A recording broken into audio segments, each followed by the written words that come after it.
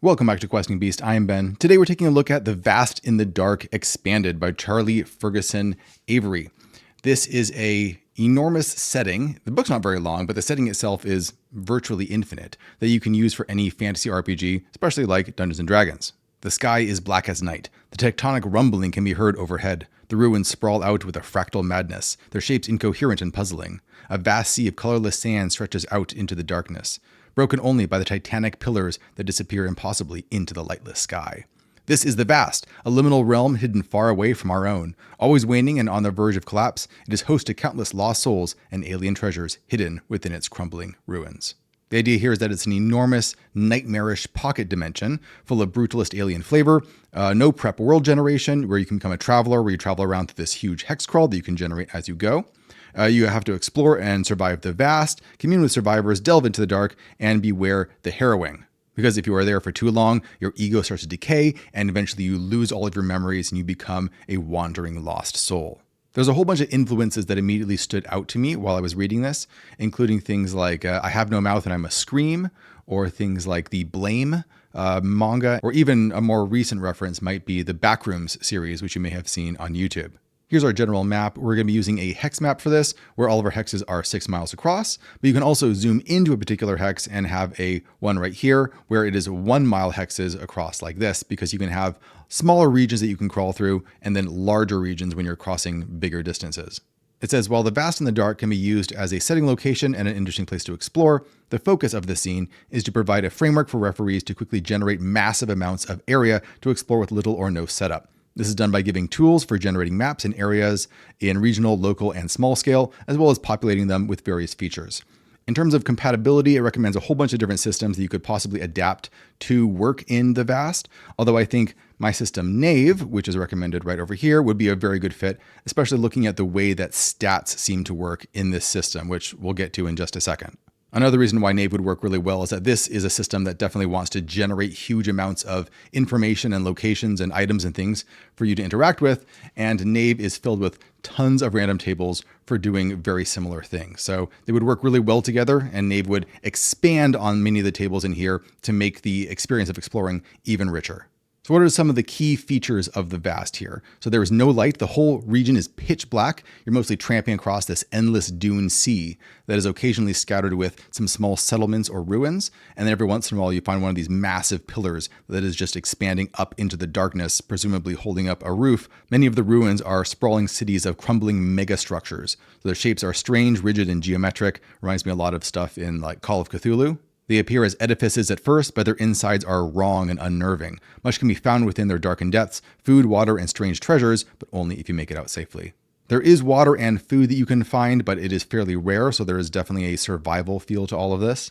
There are a variety of different NPCs and cultures and factions that can be found in here, although they are all in survival mode for the most part. And there is the currency of lodestone, which are these magnetic stones that come from these central pillars. So you have people going to these pillars trying to mine the lodestone, but there's a lot of dangers that go along with that.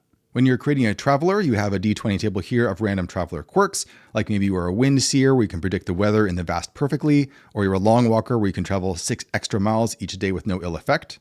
Instead of hit points, things are broken down into grit and flesh. So grit being more like endurance, something that is worn down quickly but can regenerate also quickly. And then you have flesh points, which are much more permanent and take a lot longer to regenerate. I really like that split because it allows you to have mechanics that rely on endurance, but also requires you to do longer downtime in cities in order to get all the way back to full health. So regenerating health doesn't feel very trivial. It assumes that you have your basic 6 stats from Dungeons & Dragons. And the way that it works is that it seems to imply that your stats should go like from 0 to 10, I think, which is how my Knave system works, which is why I think it would adapt well to it. There's an exhaustion system here where if you lose a night of sleep, or you're severely wounded, or go a day without food, or push yourself too hard, then one of your abilities gets exhausted and takes an injury. You write something in there that's appropriate based on the situation. Then once you do that, all rolls made with that stat become at a disadvantage until it gets healed. Inventory is all slot-based, which I quite like. It says that each traveler can carry a number of items equal to their constitution bonus, which seems like that's not very much because your bonus might be 0 or 1 or 2 or 3 at the start of a game. But over here, you can see that that is fleshed out by the fact that you can buy bindles, sacks, or backpacks, which give you a lot more slots. One of the mechanics representing, I suppose, sanity is the Harrowing mechanics, where once your character enters this zone, the vast, you write down 5 core memories of your character. And then once you endure a really bad hardship, like dropping to 0 hit points, gaining a 7th level of exhaustion, effect of an object or place, then you can cross off one of your memories. And once your last memory is gone, they are either slain or become an NPC to wander aimlessly towards the vast recesses of the vast. Next up, we'll look at the exploration system for this game, which is pretty critical to it. But first, a quick reminder that this video is sponsored by the Questing Beast Patreon. Over on Patreon, I've started adding bonus content every single week for patrons. That could be essays on role-playing games and my thoughts on game design. It could be bonus videos that don't necessarily fit in with my normal channel. It could be polls. It could be behind-the-scenes looks at things I'm working on. Plenty of new stuff. A big shout out to all the fans who have been supporting me on Patreon for a very long time now. And if you are interested in joining them, head down to the description below and click on that link, where you will also get access to the secret Questing Beast Discord channel. All right, exploring the vast. So it has rules for how far you're able to travel a day, usually 18 miles per day. And compasses don't work normally. They only point towards the nearest pillar. And I'll show you how that's all generated coming up in a bit. So you can navigate from pillar to pillar, use them as kind of waypoints as you move around. Every day the travelers attempt to traverse the vast, they must make a successful navigation roll on a d6, with a 6 being a successful navigation and 1 through 5 meaning that they're lost. But you can decrease your odds by carrying navigation equipment. These pieces of equipment can be a landmark, directions, tools, lights, and Dead Reckoning, which you can only use if you've been somewhere before and you're kind of retracing your steps. For each one of those things that you have, your odds of successfully navigating increase by 1 out of the 6. Now, if you roll your d6 and you are lost because it wasn't covered by one of your assets, then you look straight over here on this table to see what happens to you. So having more assets means not only are you more likely to get where you're going, but the consequences also won't be as bad. For example, if you have 5 of these assets, then the worst that'll happen is that you're going to be a bit late. Whereas if you don't have any of them, you might become utterly lost, continue to roll until you are successful. This is how many days you travel before finally returning to where you started. So you end up back at your starting position. And you might start starving to death or dehydrating to death if you are not careful. The gist when it comes to generating stuff is that you take a handful of dice. The number of dice depends on how dense you want it to be. And you just drop those d6s directly onto the regional scale map.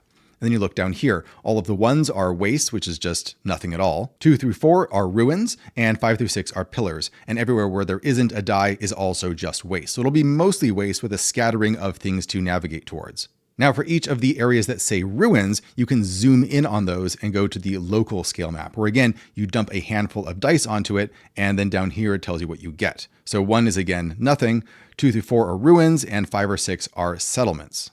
You can take this even further by dropping even more dice on it, and these can be roaming hazards. So if you dropped a 2, a 3, a 1, and a 6, you look over here, that would be things like a maelstrom or a collapse or void lightning, and these are even mobile. So by rolling a d6, you can see what direction it's going to move in, and they will slowly migrate around these local areas, and you have to navigate around them or encounter them.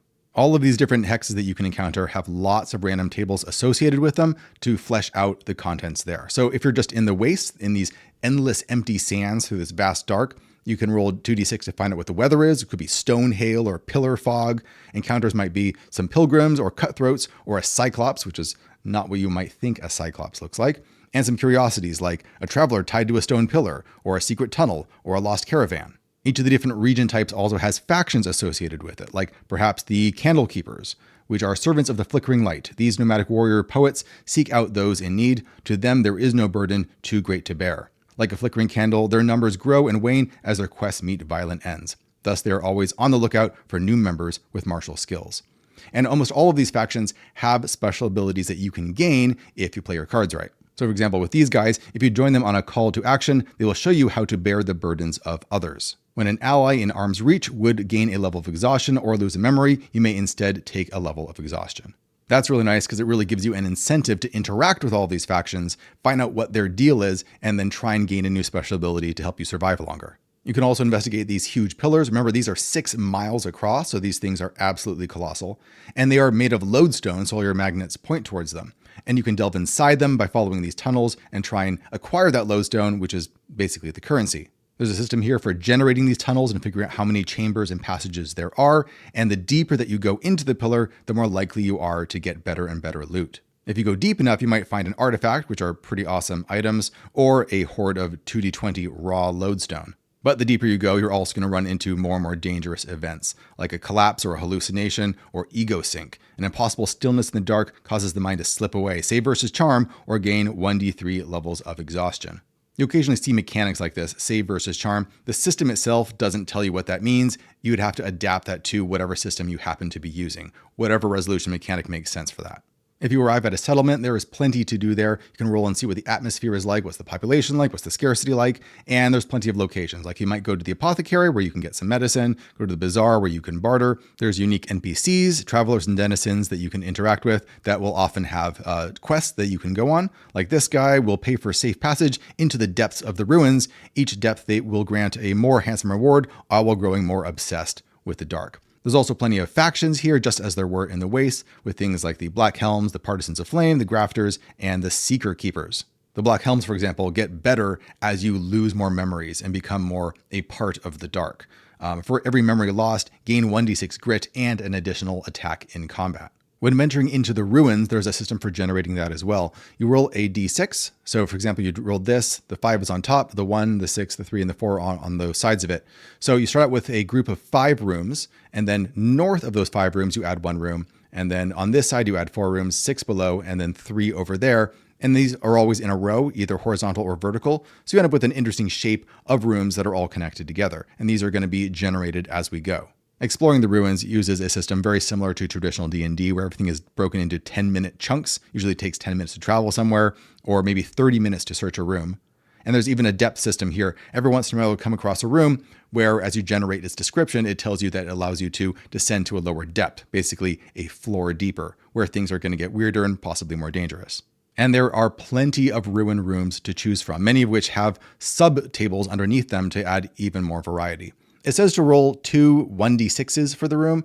Really what it's saying is to roll a d36, where you roll 2 d6s, and the first one is the tens digit, and the second one is the ones digit. So if you roll a 2 and a 4, that would be 24. This gives you a grand total of 36 basic room types with a number of sub-variations underneath them, and then we'll see that there's even more variation that's added by more random tables further on.